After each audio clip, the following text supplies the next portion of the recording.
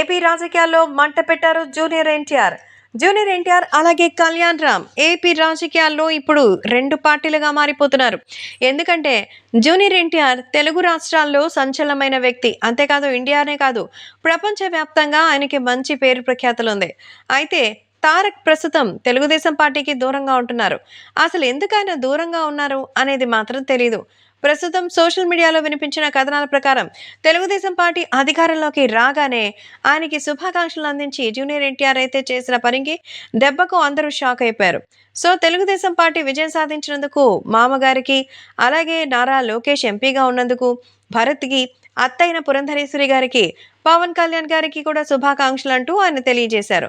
దీంతో జూనియర్ ఎన్టీఆర్ని ఎందుకు ఇంకా కూడా విడిగా చూస్తారు అంటూ అందరూ కూడా షాక్లో ఉన్నారు. సో జూనియర్ ఎన్టీఆర్ని నందమూరి బాలకృష్ణ, నారా చంద్రబాబు నాయుడు, లోకేషే దూరం పెట్టారని మరికొందరైతే చెప్తున్నారు.